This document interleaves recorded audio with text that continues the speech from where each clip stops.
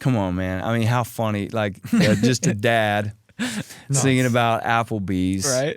You know. And they brought back the Oreo shake. Oh, bro, they changed the menu.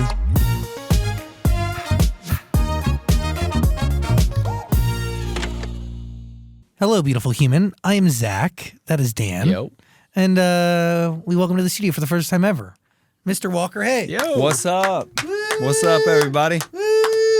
You have a very fascinating story, sir. I do. I didn't know that you're an opera singer. You're classically trained, No. I mean, I do. I have a little bit of classical training, and I picked up some stuff from my dad. My dad was good. He was a good singer, so I would mimic him. But yeah, I wouldn't call myself an opera singer. So do you remember the first time you ever heard your dad sing opera? No. You know, I mean, my dad would sing like in church with that like, Yeah. just getting after it voice. So it was kind of, I wasn't like amazed by it, you know, as a kid. I just thought everybody's dad got up and popped off, solos in church. And to be quite honest with you, at some part of my adolescence, I might have been embarrassed, by him, like, oh, Dad, why you got to sing all these solos? But yeah, he, I don't remember the first time, but that was him, man, dude. Always walk around the house singing. You have a very interesting story because, like, you're rooted in musical theater, kind of, right? Like, you met your wife in Little Shop of Horrors. Yeah, we met when I was 16. I mean, I knew who Lainey was because she was just beautiful, and she was a year older than me.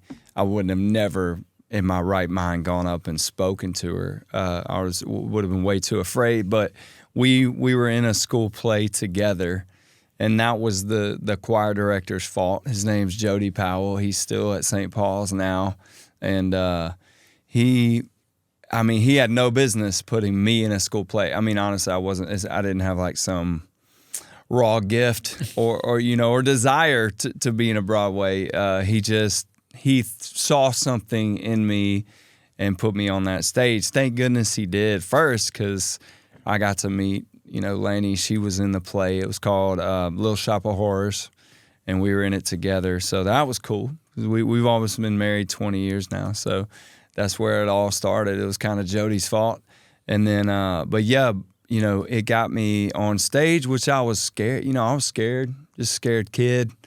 Being in the school play, trying not to laugh with my friends watching me, and my teammates making fun of me, when I had to go to choir practice or play practice. So, yeah, it's now that you mention it, I mean, maybe I'm a Broadway dude at heart. Let's go.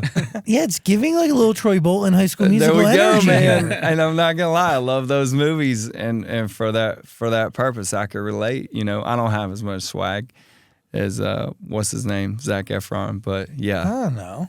Yeah, you got something. I don't know. So how do you make your way from the stage for a high school production of Little Shop to becoming a country singer, but a country singer who like rises and then essentially kind of gets broken up with by the music industry. Yeah. But then to rise again in a way that like, man, yeah, shoot. Wild. I mean, that's a great question. I mean, my path, everybody in Nashville who's ever made it, they have extremely different stories. No two are the same. And I guarantee you not one single person made it the way that they thought, that they would. Now, first, I'll just let everybody know, I was not a long-term thinker, still am not, and I'm not smart enough to plan my life at all. I don't know where I'm going to be tomorrow at noon. So definitely at 18 or 17, I never sat down and thought, bro, what I'm going to do? I'm going to be a country singer. I didn't even know you could write songs and make money till I moved to Nashville after I got married, which was when I was 22 or 23. So, but my dad, I kind of blame him for sending me on that music as an occupation journey. I was going to sell real estate with him down in Mobile after I graduated from college. And I know this sounds crazy, but just one night he called me from a bar off of Dolphin Island Parkway, and he said, "Hey, the bar manager said you could play here on Friday if you wanted to." Now, listen, the history my dad had of me singing was sitting on a couch just like this with my brother's guitar, just mimicking somebody. Just, baby, lock the door and turn on, just being a goofball. I couldn't even play the guitar, really, like 3 or 4 chords. And he was signing me up for this gig. And, man, I was infuriated. I was like, "Dad, I'm a grown-ass man, and you can't just sign me up for gig. You can't just tell this bar I'm going to play for them. I never asked you." I was so frustrated with him, but he was just pushing his son. He just believed in me, and so I reluctantly said, "Hey, I'm gonna do this gig. Please don't do this to me ever again. Don't sign me up, for gigs." And you guys, I played there one Friday night. Terrible gig. Nobody clapped. I remember Trudy, the bar manager, would put her tray under her arm and make sure everybody in the bar knew that I was finished with the song. And they paid me 2 Michelob Ultras for free, to play. And I left. I looked at life through a different lens. It was just one of those nights where a kid who walked in there not really looking for answers. It's not like I was stressed out every day going, what am I going to do in my life? I've never been that guy. People ask me, the 18-year-old, what are you going to do next? I was like, I don't know. Why are you asking me? What are you going to do next? I didn't have a sense of urgency to have a plan. But, man, when I walked out of that gig, I had a newborn passion, and that passion, it hasn't always made sense to those around me. Hasn't always made sense to me, but the thing about it is it just never will go away. It's still here today. I'm not sure. You describe me as a country artist. I don't even know what I am, man. I'm just a dude with a guitar in a hotel, trying to write the next song, and that's really what I've been since that weird night, that Trudy said I could play. It's the weirdest thing. But your dad saw something in you that you didn't even see in yourself. Yeah, no, totally. It's all his fault. My mom was mad. My mom was like, "What'd you do to our kid?" Because I stopped selling real estate. I had kind of saved up a cushion, and I had to go talk about one of the weirdest nights of my life. I had to go have dinner with Laney's parents. We were engaged, and I had to go tell them, "Hey, I got to change the plans. I'm not going to be a real estate agent." I think I said the word rock star because I didn't know what else to call it, and I said, I had dinner with them. It was just me and them. And I said, I want to be a singer. And my father-in-law, Doug, he said, "Do you sing in front of people?"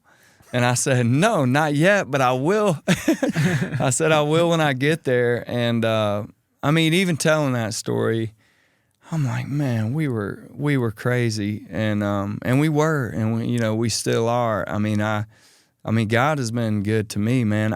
Nothing. Every single story up until now in our past it sounds as stupid as that. Where you go, you did what?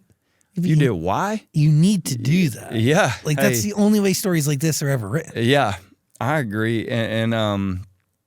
But we had the grind. What's funny is we got to Nashville, and I didn't have any hits. I could never get anybody to cut my songs. But one thing we could do is get pregnant. And every 2 years after the year we got there, we had a kid. We have 6 kids now. We have 1 in heaven. We lost our 7th.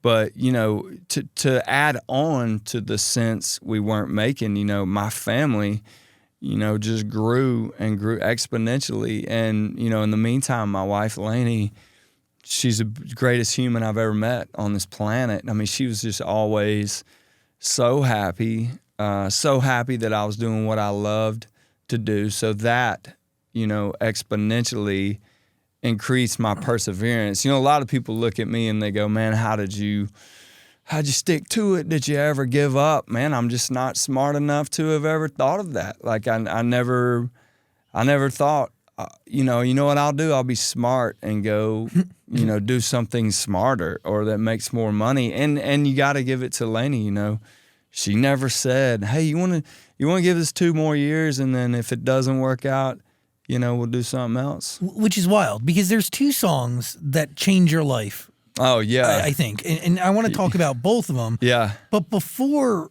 the first one comes around, correct me if I'm wrong, like you're signed to a record label. It doesn't work out. Yeah. Capitol Records ends up moving on. You end up moving on. But then there's a period where you still need to obviously provide. Right. And you're working at Costco. Yeah, I mean, Costco was awesome, man. I mean, it was, I had been, that was actually Capitol Records was the second label that I had been dropped by. And it's crazy. Yeah. Was Mercury the first one or something? Mercury. Yeah. Mercury was first.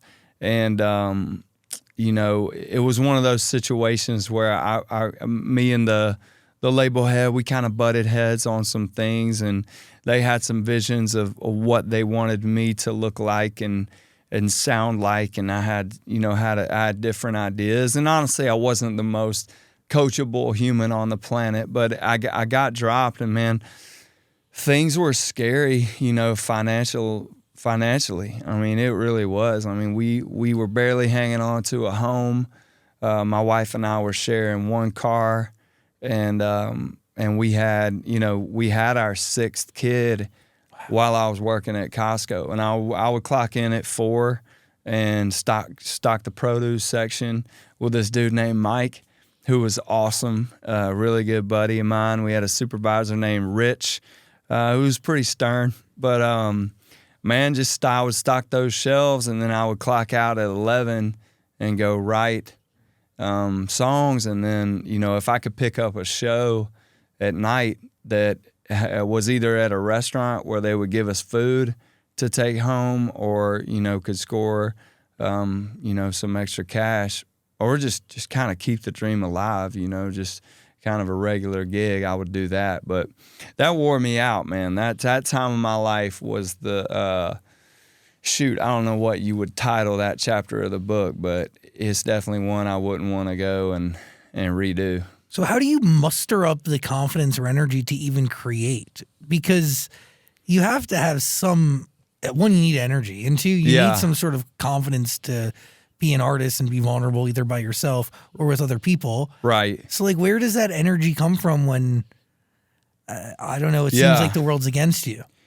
I mean, shoot, at that time, again, if I was smarter or, paid attention to that kind of stuff, I get, failure just, I mean, by that time, look, we're 15 years into Nashville. So if failure isn't affecting you by now, there's probably never going to be a day where you wake up and you're like, that failure sucks so bad, I'm going to stop now. It's like you're too far in. Like me and my kids do a lot of trick shots.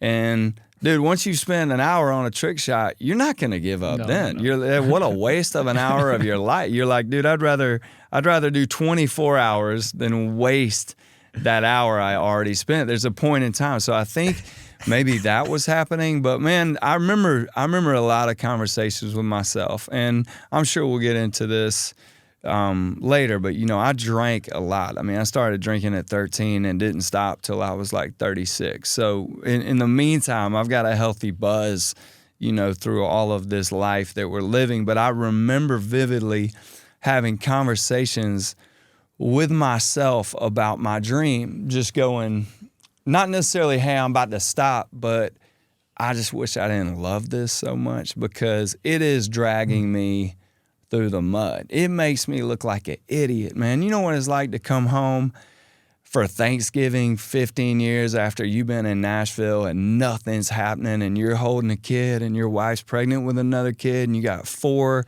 that are breaking stuff in these nice homes that you're staying in, and somebody's like, hey, what's going on with your career? And you don't even want to say the hopeful little nuggets that are happening, because in the back of your mind, this dude's probably not going to cut your song, and this one's not going to get in that movie, and this, you know what I mean? And you're not going to get signed by these people. Odds, that's what the odds are. That's what history tells you. So, you know, I just remember being like, and look, I don't even know if I was talking to God here. I was talking to somebody, but I would just desire to not love what I was doing so much. And I'd be like, I just want another dream. I don't want this dream.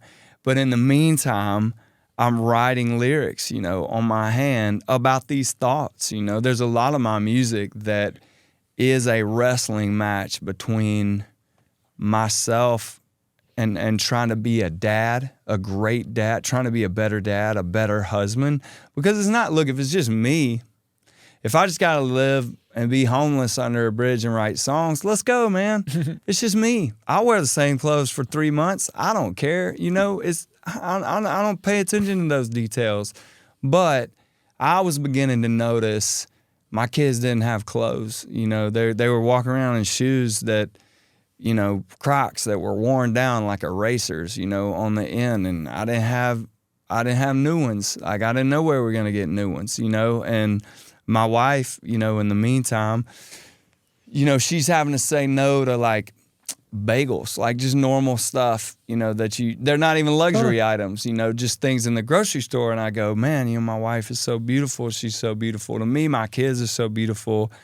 I might need to sacrifice this passion of mine to provide for these, you know, but in the meantime, I'd write a song about it, you know, so it just didn't make sense. It's like I would undo one chain here from the dream, but in the meantime, another one was getting tied up here, and it was just like, it's like my dream had tentacles, and it would never let go of me, and I'm okay. You know, I was okay with that, and again, I had a wife that she would have said, "You're crazy." She would have said, "You're crazy. You're supposed to do this. I want our kids to see you writing songs, doing music." So, yeah, I mean, it was tiring.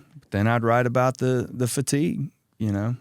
And it's that song of vulnerability about this intense, heart-wrenching relationship with music and the music industry that changes your life first. Yeah. Right? I mean, that is a song about you broke up with me. That's about the music business breaking up with you. Yeah, it's funny. I had a turn of events. I met basically my hero. His name's Shane McAnally, and in my opinion, he's the most talented writer ever to go through Nashville. Love the guy. He's been an angel to me, nothing less, and my family. But I met him in a Smoothie King, and I mean, I didn't want to be that guy. But I was desperate. I had just gotten off work at Costco, and I tapped Shane on the shoulder, and I just said, "Bro, you know, I need a home. I got nowhere to write. I can't get anybody to cut my songs." And he gave me his email address, and man, the rest is history. I mean, it was. I couldn't believe it was his real email when we went home, and you know, he and we talked for a little while, and I would send him some songs. And he even called me one day and said, "Man, I don't understand, but nobody will cut your song. I mean, I love these songs, but nobody will cut them." And one day, I'll never forget it. One day he said, "Can I just make a record on you? Why don't we just go make a record? You sing them yourself." Hello, beautiful human. Every year, millions of gamers experience IGSS, inadequate gaming setup syndrome. Luckily, a cure has been found. You have to go beyond with the Vibrasonic mattress by Beyond Sleep. This thing has 6 built-in subwoofers, USB ports for charging, LED lights so you never stub your toe. It gives you an acoustic massage when you want it, plus adjustable degrees of comfort. This right here is the best way to game ever. Cure your IGSS today at BeyondSleepTech.com. Were you shopping? You broke up with me to other people? No, You Broke Up With Me was about what happened to me after that, because, man, as soon as Nashville heard that Shane signed me, all these people just kind of came out of the woodwork. And I remember being a little bit frustrated because I didn't have time to get with a certain guy, and I was afraid of how it looked. This was stupid, but I was like, man, it's gonna look bad that I can't have lunch with him tomorrow, but I got this thing. And my wife said, why are you upset? Dude broke up with you. I mean, she said it. She said, you know, he broke up with you. And I was like, dude, I'm gonna write that tomorrow. And so me and a friend named Thomas Archer wrote that. And it, you know, it sounds like it's about a girl, but it's about Nashville and everybody, you know, coming back out, you know, once Shane signed me. What do you think Shane saw in you? Shoot, man, I don't know. You know, Shane, I'm gonna tell you, I can't talk about Shane enough. That guy, you ever have a friend that just, look, but by the grace of God, I've got at least three friends that and many times in my life I've driven home from their house and gone, why they love me so much? Why? I mean, probably get it. Yeah, I mean, and that's how Shane's been, man. I don't know. I think if you ask him, his story wasn't easy. It's not like he was just a shoe-in in the Nashville community. And so I think maybe he saw me and just thought, man, I see that dude's talent. I understand this town going, I don't know what to do with it. And he just really relates with that frustration. So I'm telling you, that guy, he'd probably pay me to write for him if I never wrote a hit forever. I mean, that dude, I mean, when we lost our seventh kid, Shane paid for the burial. I didn't have money to do it. And he paid for the tombstone, the land, the everything that you do when you bury a kid. I mean, he's started the Be a Craig Fund with his money. I mean, that guy has stuck his neck out for my family in ways that I could never repay. But I'm really glad he wanted a smoothie that day. And that's crazy. Yeah, no, it's wild. I mean, it's wild. But he had to have heard something in what you said, because there's no way you were the only guy to tap him on the shoulder in a public setting and ask to send him music. There's just no way. Yeah. I don't know, man. I mean, my brain isn't quite right, and I think he heard that in the writing. Just, you know, I do have some unique phrasing, and just, I don't know. He just, I don't know what he saw, man. And cause you're exactly right. And look, dude, Nashville, it's not like there's a shortage of everyone's just an artist. People, man. Yeah, I know. I mean, I write with I try to write with as many new people as I can. Oh, you can, and you I'm be blown there away. Yeah. I mean, the last week and the last couple weeks, I've been lucky enough to write with some newbies in town, and I'm just like, God, man, they just keep getting better. It's crazy how gifted everybody is. Why is that important to write with new people and not people who have hits? You know, dude, and I'm talking to myself, and I try to not become this. I think it's people with hits, in my opinion, which is I'm not like the expert on Nashville by any means. I did it like twice.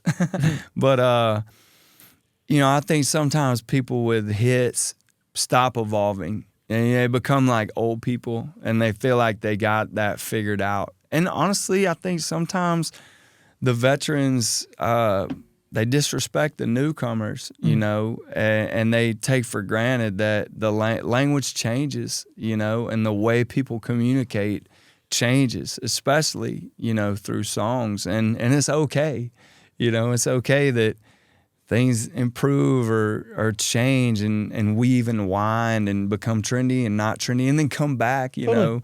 That's just the nature of the beast. But I think a lot of people who have hits, they continue to do that one thing, and I mean that's cool, you know, if you want that. But I'm always looking for, especially when I write with a young writer, the eyes of my heart are peeking around, going, is this the next? Like, is this what you haven't heard? That's about to make everybody chase this. You know, that's what I love.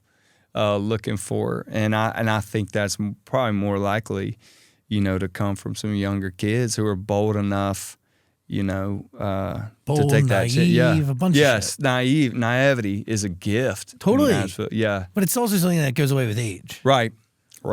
Yeah. So you start like being cognizant of like people, what they think of you I know. and a bunch of things. I know. And I don't want that to ever go away. It's hard and though. Like, it is. I think I'm like one of the only reasons I'm successful is like blind naivete and confidence that like allowed me to send crazy fucking Yeah. emails and like just say crazy things and do things. Just do Like, it. But again, like there's confidence and naivete in tapping a stranger on the shoulder and being like, I need to send you my fucking music. It's Yeah. true. But there's also like there's everything. But desperation is not the right word. I think it's like hunger for survival and hunger Yeah. for something more that like kind of is in lockstep with where someone tends to be at when they're blindly confident and Right. naive, Well, and that I have a large amount of gratitude to all those moments. Again, I said earlier, I don't want to go back and do them, but you write for a sense of survival, when you're in that phase of life. And man, some of the most vulnerable stuff, I ever wrote, was back then. Writing was a lot more therapeutic. Now, I'm not scrapping, for money. My kids have got like college money and stuff. It's different. I don't wake up going, how am I going to get some sweet potato fry? Like it's a different, now I'm just having fun, which I don't know if that makes me better. or worse. Yeah. I still enjoy it. And so, what would I change? As long as I wake up being like, dude, will I play a show? Heck yes. Will you write with this dude? Yes. Will you go talk? Yes. It's still fun, for me, and I don't want to do anything else. So I like that. So your wife inspires You Broke Up With Me, but your daughter inspires Fancy Like, right? She inspired the dance. The dance. Okay, Fancy Like changes your life more than anything. Oh yeah, That dance changes your life. massive. More than the Applebee shout, Yeah. because the dance is the vehicle Yeah, at which somebody's going to hear Fancy Like an Applebee's Yeah. on a date night. yeah. Yeah, Look, this is how dumb I am. Okay, my manager Marissa, I owe her $1 billion. Like, she calls me up over COVID. She's like, "Hey, you got to get good at TikTok." I'm like, I'm what, like 39? I don't know. Maybe I just turned 40. I'm like, this is dumb. Like, why would anybody do this? But my daughter is like, oh yeah, that's cool. People dance. She shows me the whoa and all this stuff. And so look, one of my biggest things with my kids is I do one thing with each of them that they love. And it can be like, it can be way out of my comfort zone. Like, I know everything there is to know about Pokemon, Demon Slayer, Attack on Titan, Rocket League. Like, dude, I know about some crazy stuff that a dude my age, you wouldn't be like, he doesn't know who Tanjiro is, but I could basically draw Tanjiro right now. And so the thing I did with Leela was TikTok. And she showed me the renegade, like, and then it took, for a while, I was slow, and then I got faster and faster at these dances. You guys, I had like 4 followers the afternoon we did Fancy Like. I was just having fun. I just have fun with Leela.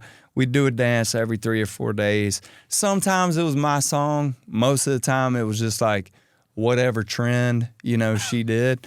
We come home from church on Sunday, and she goes, "Dad, Fancy Like needs a dance." So we literally dance move by dance move, pop that joker off. Not hard at all. Even I can do the dance.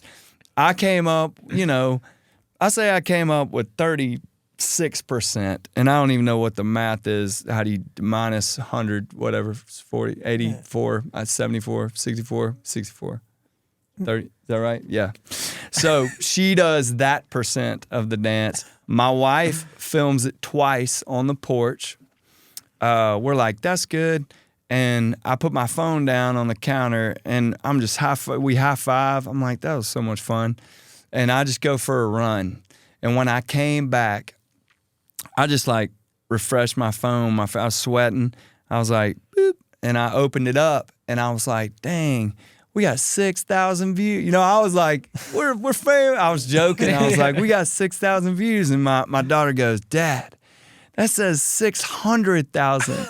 And I didn't run far because I can't run far. So I was like, well, that was fast. And then that, like a couple hours later, my wife was videoing us because, dude, it started. I mean, you could refresh and it was like 10,000, 10,000, 20,000. And I was like, honestly, it was kind of scary. Oh, yeah, you know, it's a I rush. was because 1 minute you're like, nobody knows me. There's not a lot of risk here. Then all of a sudden you're like, wait a sec. This thing got in the river. Like this thing is on fire. And I thought something was broken, like seriously. And then we watched it pass 1 million. We were like, no way. And then by the end of that week, man, 13 million, 20 million the next week. I mean, dude, it was surreal. And how beautiful. I mean, look, my daughter she was like 13, 14 at the time. I mean, what dad gets to do anything cool with your middle school daughter? You know what I'm saying? I mean, I had a daughter who wasn't embarrassed to dance with her dad. You know, that wasn't even like, she never would have thought, oh, this isn't cool. You know, I mean, we were just having a good time. I personally think that was the magic ingredient. I mean, look, the song slapped. I mean, I love the 808 and I love Applebee's and it's infectious, so I'll get out. But I do watch that video often, and there's something quite indescribable about it that I'm not sure I could ever duplicate again in my life. And my heart fills with joy to think that, maybe one day she'll have a kid and I'll be like, look what I used to do back in the day. Like, we need to learn this dance, and we'll do it together, How does your life change after that song? I mean, I think most people from the outside probably look at it and go,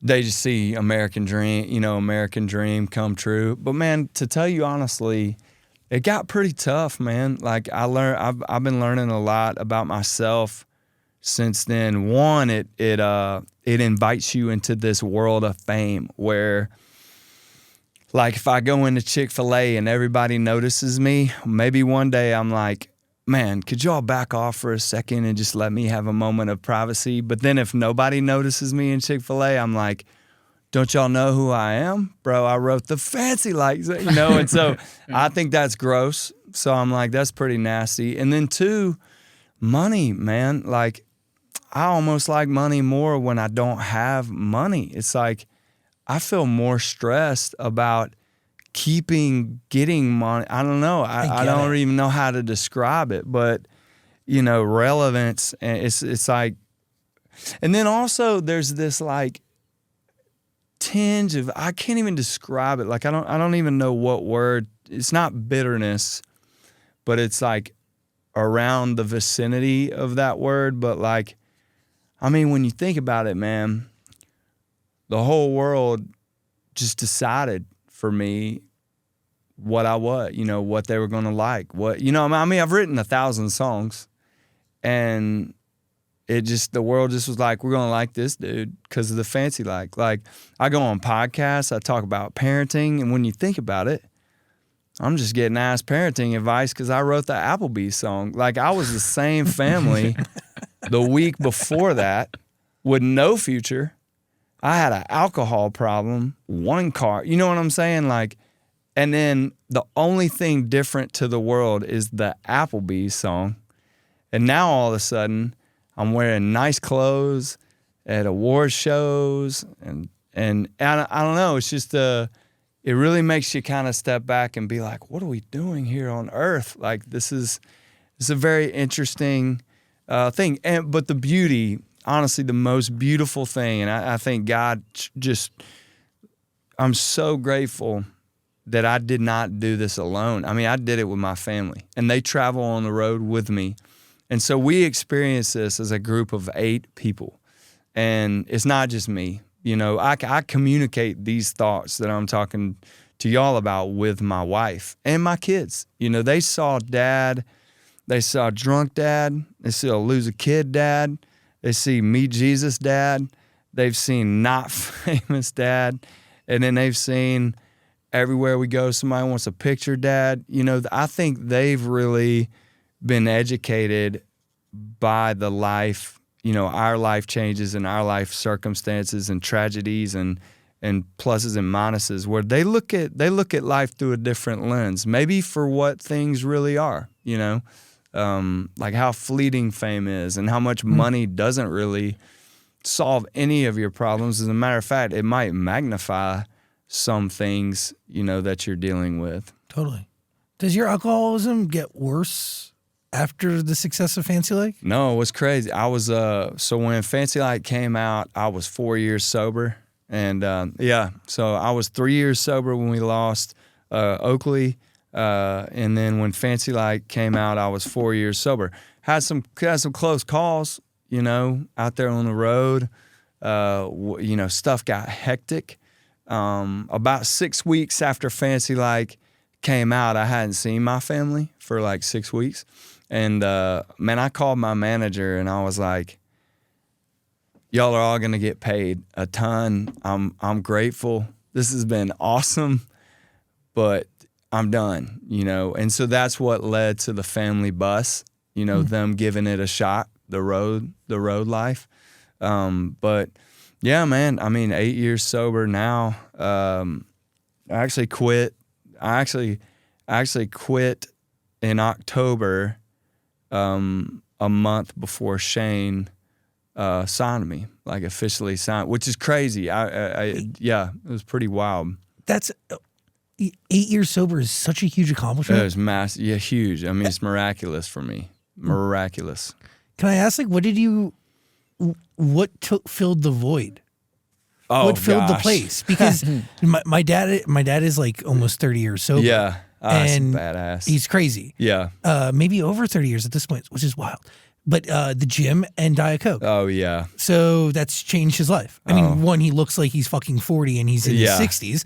But yeah, he's filled it with something. You get what I'm saying? Oh, yeah. And then yeah. I know people have filled it with like success and working. Yeah, no, that's a real thing. You know, you move a book from the shelf and there's a hole. Empty, yeah. Can't And it's it. like what, and man, like your dad, I mean, I dove into the gym. You know, the amount of hours I was spending in the gym began to have a negative effect, you know, on my family. Not as bad as drinking and driving and stuff like that, but I definitely, over the last 8 years, that's one thing I've learned about myself is I have a tendency to, everything I touch, I turn it into a drug of some sort. If I like it, you know what I mean? And moderation is really tough for me. But yeah, I mean, I've bounced, you know, from hobby to hobby, you know, things like that. And, you know, I've had to evaluate, like, well, hey, is this a crutch now? Like, you know, this isn't just fitness for fitness sake. This is like, this is a drug, you know, this is an addiction. Totally. And, you know, some are healthier than others, and you got to watch out, man. You know, the world, you know, I think our economy, it works because people buy, you know, they get lost in these addictions, you know, fitness, diets, you know, they're very popular and they're lucrative because people turn to them and they lean on their coping mechanisms, you know, and you just dive into those. And so I've definitely done that. You know, I've work.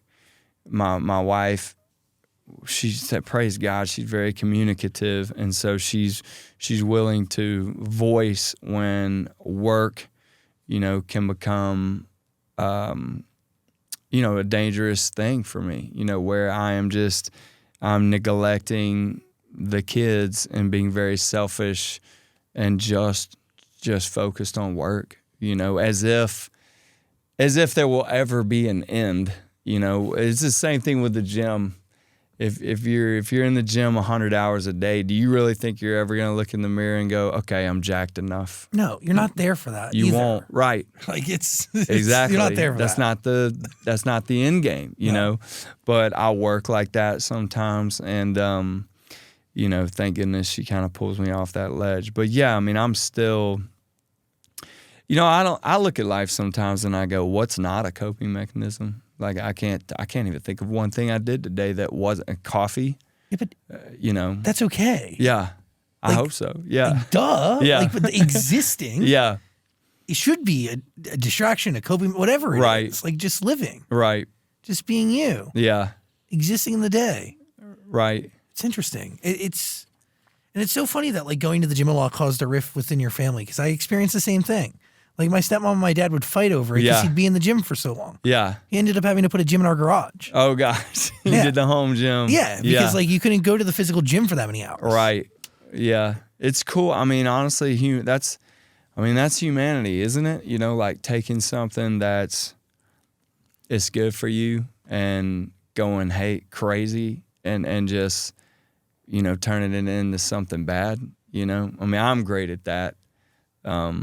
And, you know, I've tried to work on that for, you know, out loud, you know, for my kids to see. I've tried to manage those things. Like I go to the gym now with my son, and it's more about being with him and less about trying to look like Dwayne Johnson, you know, and so that's been beneficial. Does this EP, which by the way, Walker Hayes has a new one, you can listen to it on Amazon Music. What does this EP, how does it change the way you view alcohol and your addiction? Because it is about that, correct? It is, and it's all sides. I mean, there's a song called "Beer in the Fridge" that's about an actual beer that I just looked at in the fridge after I quit for about 4 months. You know, it just sat in a mini fridge where I wrote songs every day in this shack on Music Row. And I mean, I would just kind of open it up a couple times a day and see it, and then just shut the fridge. And that was kind of a victory for me, you know, over alcohol. It's got a song called Drinking Songs. It's got a song called Beat the Bottle on it. And those are more like Polaroids of what I looked like before drinking, you know, getting home, wondering how my shoes got off, you know, sitting there wondering about it. Like, who took my shoes off? Like, how'd I get home? You know, that kind of stuff. Which those are kind of, you know, there's not a lot of hope in those. They're just true. You know, I mean, that's just where I was. And then there's a song called Same Drunk, which is, honestly is exactly what we're talking about. I mean, it literally walks through different people in the family and their addictions, and it's like, man, I get it. You know, I put down alcohol, and all I did was pick up some more habits. Ain't we all just the same drunk, different beer, trying to cope with all the crazy down here? You know, vice grip around all our vices. I mean, it's just more of a hey, let's be aware that we're just kind of coping along. I mean, that's kind of what we're doing, and hopefully yours are pretty healthy. You know, they're not getting you any trouble or danger. But I mean, you can ask Shane. I mean, I would say one of my addictions, especially in the writing game, is contemplating this type of stuff. You know, recovery. I'm going to be in it. You know, your mom, you know, 30 years, or your dad. Yeah. It's like, it's your life. Yeah. I mean, recovery is till you die, you know, and so I'm always thinking about these things, and I'm trying as I write. I mean, I'm thinking, hey, my kids are going to listen to this, you know, and what I want to say about something that's really been a huge part of my life. I mean, there's a lot of their childhood where I look at pictures and it hurts because I see that glaze in my eye, I see that grin, and I'm like, I was hammered in that picture. I don't even remember that Halloween. And, you know, I want to voice my concerns, because I know some of that stuff you pass down, and by the grace of God, I got 18 to 8, and nobody's on anything yet, and I think that's an amazing statistic. I don't think that's miraculous. What is it like to approach this time in your life from a sober position? Oh, it's, I guess, like, I'm at an age now where I'm 44, and my emotions tend to, they just don't get a hold of me, like they used to. And I'm grateful. I do a lot less stress working, to try to be relevant. I father a lot differently at 44 than I did at 34. I'm less worried. Phases where my wife and I aren't doing so great, for better or worse, I see it as a phase that we'll probably make it through, and we'll be all right because we made it through some crazy stuff. And as far as my actual, we're talking career in that box, honestly, it means less and less to me, now and sober, I'll be okay if my career goes away. I'll find a way to pay for my kids or, do whatever they need. I don't feel as insecure, sober and at the age I am, as I ever have,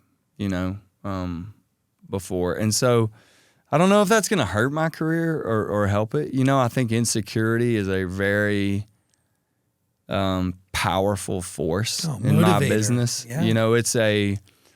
It's a survival of the fittest thing. And I think one of the most ways you can be fit in my industry is be very insecure. So that drives every decision, to win and gain, and be relevant and be seen and be heard. And so I feel some of that, with my sobriety dwindling.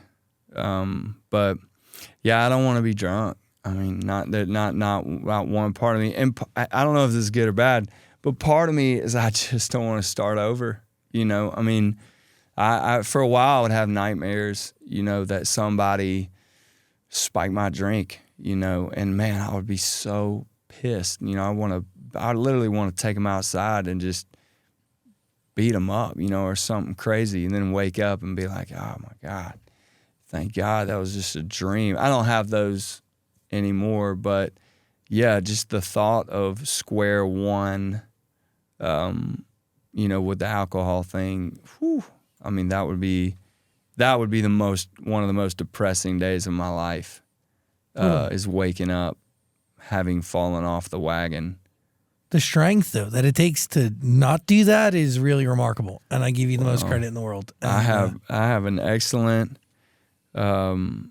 support. I've obviously, one thing that's been super helpful to me that I would encourage anybody, that was ever listening is, get over the secrecy of your problem, tell somebody, and then tell somebody else, and then write a song about it. Let the world know what you're going through and be your accountability partner. That's been helpful to me. Again, most of the rest of my life, I didn't do that on purpose, but I've talked to my kids about it. They know what my weaknesses are. My wife does.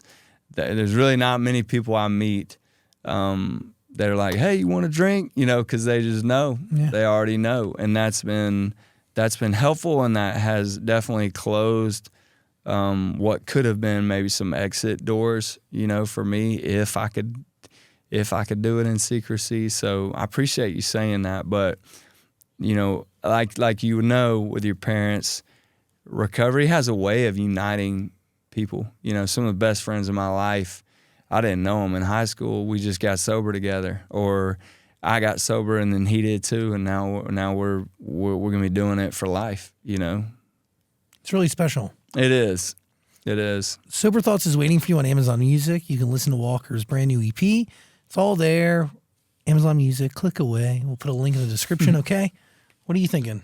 Do you ever feel like a weird guilt singing songs live, like drinking songs, about, like, what was the lyric? Thank God for drinking and drinking songs. Oh man. When you're 8 Thank you years, for asking well, that yeah, you're question. 8 years sober on stage, kind of preaching like this lifestyle that you don't live anymore. Yes, I do, and I do.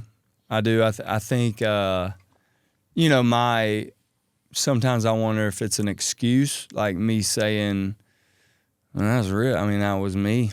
You know, take me or leave me. I mean, that's somebody else out here is like that too. And again, I don't know. I don't know what's right.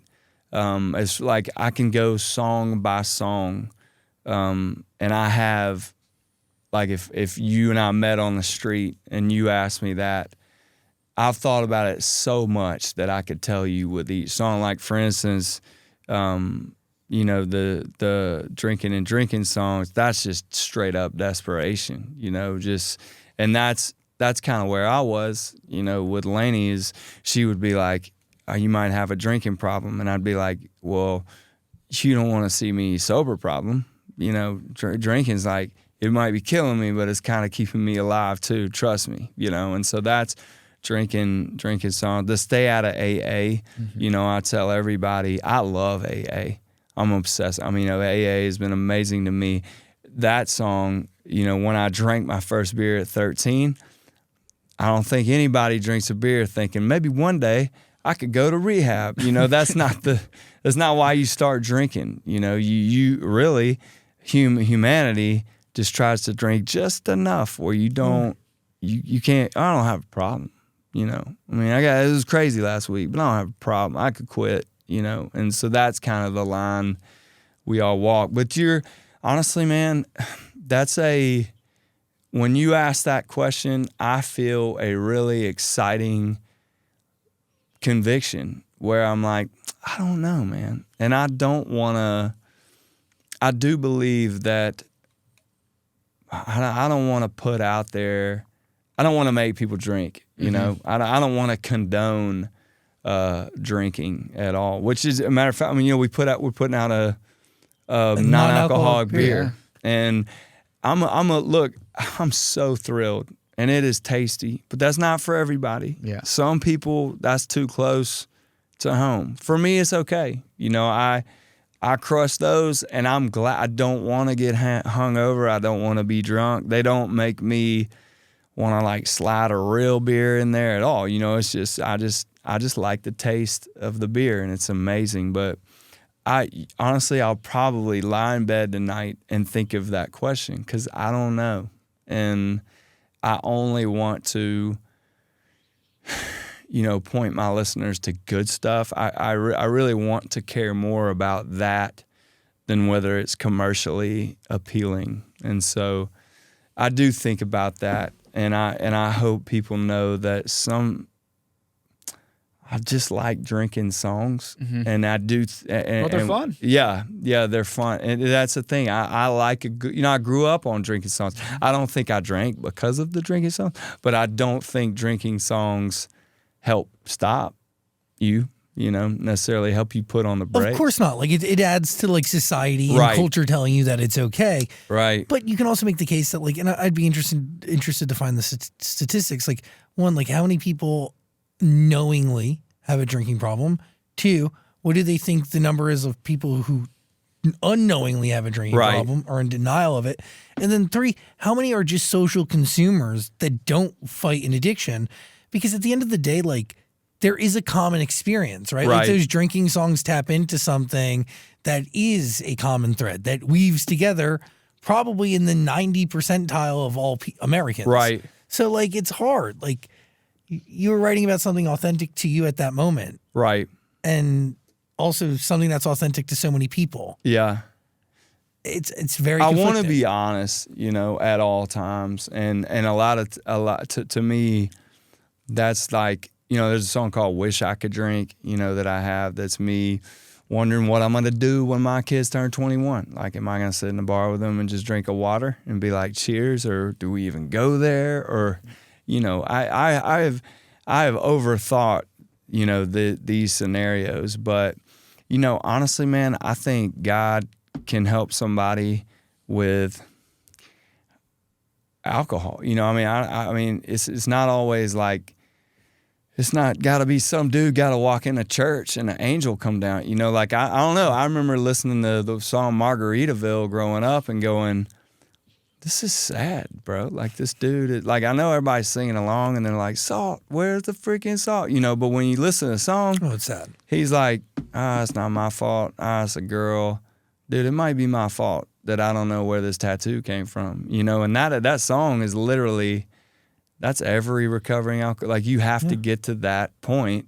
But it's a party song at the same time called Margaritaville. So I don't know. I think God shows up in some of the weirdest things, and somebody might listen to drinking songs and go, I'm the dude in this song. That might not be a good thing, you know? It's interesting. Yeah. Think about that one. You should listen to Walker Hayes' music. It's waiting for you on Amazon Music. Go, go, go. Click the link in the description below. I really appreciate you, man. Man, thank you all. Thank you all. It's a really special one. Final thoughts over there, Daniel? Well, I just want to know, why do you think Fancy Like became one of the most polarizing songs in a long time? Well, I mean, dude, I could be wrong, but I mean, and this may come across as cocky, but look, I'm just one of like 4 writers on the song, okay? So Fancy Like wasn't just my fault. But look, I think that's just the biggest things on earth, you know? I don't know if, like, I think everything that's huge at one point, it is polarizing. Like, everything that blasts off, you know, that big, it's inevitable. It will be polarizing in nature. Now, it does definitely, like, if you're traditional country sounds only, you probably don't like bass. You probably don't like that I can kind of sound like a rapper at time. My girl is banging. You know, I don't know. But yeah, I think that just kind of comes with the territory. Like, when something just goes off like that, as many people who literally can't stop rewinding it, you're just going to get some hate. People love to hate and hate to love it. Exactly. I feel like, yeah. And that song instantly crossed genres, Everywhere. crossed formats. It was crazy. Dude, it was nuts. I mean, that was a, come on, man. I mean, how funny, like, just a dad singing about Applebee's. Right.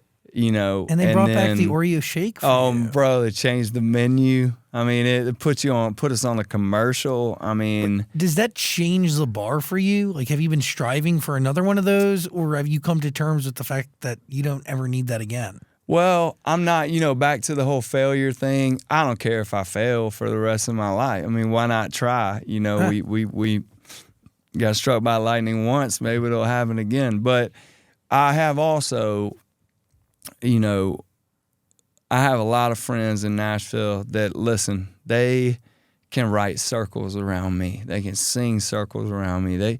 They deserve a Fancy Like. But we all know that's like Haley's Comet. You know, I mean, that is, even Shane, I mean, I think the dude has 60 number ones, you know, but he'll even say a song like that is just, I don't know, a lot of, that just doesn't come around, you know. Sure. It would be foolish of me to go sit and stress about trying to do that again. I mean, dude, if I could do it again, I'd already done it.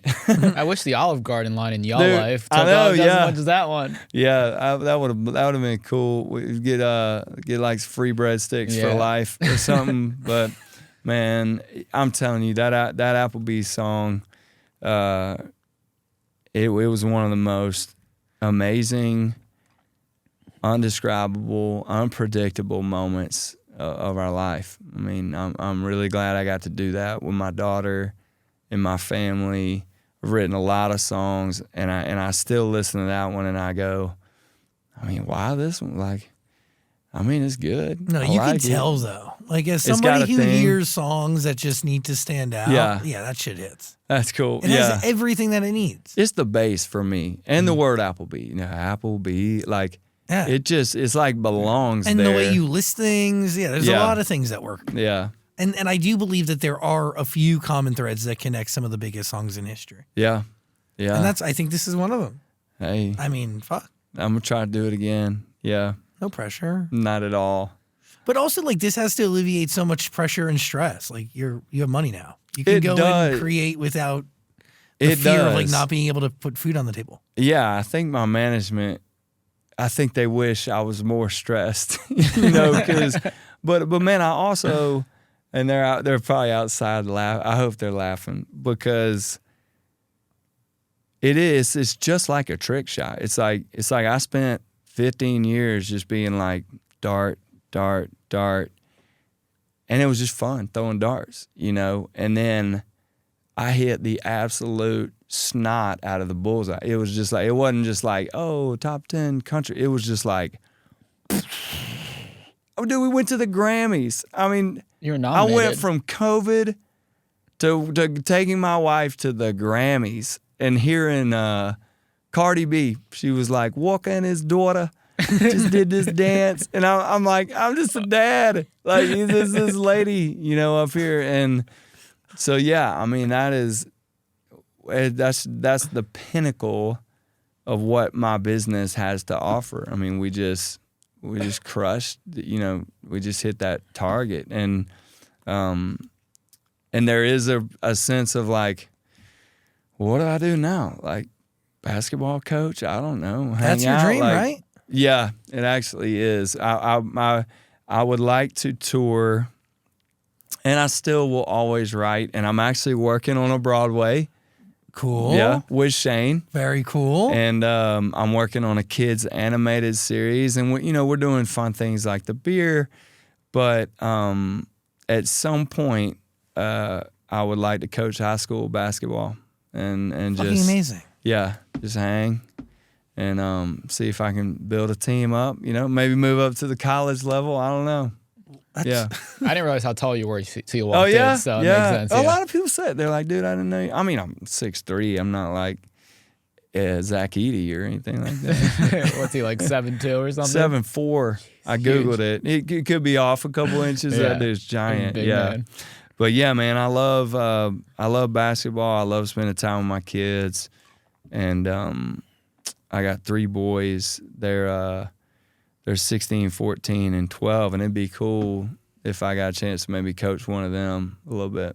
That's pretty cool. Yeah. Look at you, Walker Hayes. Living a very humble life. Listen to the music, though. It's waiting for you on Amazon Music, including that new EP, Sober Thoughts. Really appreciate you. Man, thank you all. This has been awesome. This is a lot of fun. Good. Let's do it again. Me too, yeah. Whenever you want. And a big thanks to you for hanging out with us. We're here all the time on the Amazon Music Twitch channel. Give the channel a follow. And know that you can take this episode with you wherever you go. It's going to be wherever you listen to your podcast or on YouTube tomorrow. You good? The last question I had is, I think early on in the interview, you said you don't know if you consider yourself a country artist. Oh, yeah. Is that true? It's just not I went to Nashville. I'm from Mobile. I mean, I think if I met me, I'd be like, that dude is Southern, you know, if I talked. And I tried to sing like I talk. I got no business ever saying I'm a country Western artist. I've never lassoed a cow. I'm scared of horses. Mobile's pretty Southern. It's though. Southern, yeah. It's I don't know how to describe it. It's just not, you know, it's not like Western, but it's Southern. Mm-hmm. You know, I mean, I grew up listening to David Allan Coe and Hank Williams and you know, Willie Nelson, but it's not like they were on the radio. Yeah. You know, I never heard Willie on 95 KSJ or whatever. You know, that was more like Garth and, you know, that kind of stuff. But I love the lyricism in the country music, you know, that was going on when I moved to Nashville. So in that sense, I mean, that's all I want to write is country music. Now, I do get a little, I think, I get on the rap side, you know. I listen to a lot of Tupac growing up. I mean, he was one of my favorites. Coolio, Warren G, Notorious B.I.G., Nelly, you know, that. I mean, it was just all kinds of music. So I just don't, when I say that, I just don't wake up and really decide. I just go in and go, I want to write a twanger today, just an absolute smash that I want to sing live.